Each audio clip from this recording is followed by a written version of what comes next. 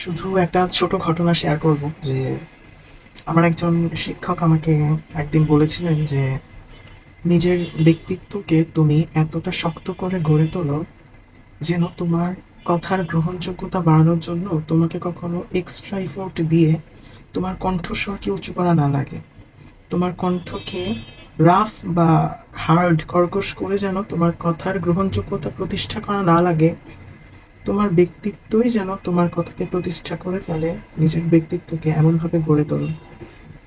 তো আজকে আমার ওই শিক্ষক হয়তো আমাদের সাথে নেই, কিন্তু মানে স্যারের প্রতি আমাদের সকলের মন থেকে শ্রদ্ধা, ভালোবাসা এবং অনেক অনেক দোয়া। আপনি হয়তো আমাদের সাথে নেই, কিন্তু আপনার যে শিক্ষা, আপনার যে ফিলসফি অথবা আপনার যে অবদান সেটা কোনো না কোনোভাবে পৃথিবীতে আজীবন রয়ে যাবে।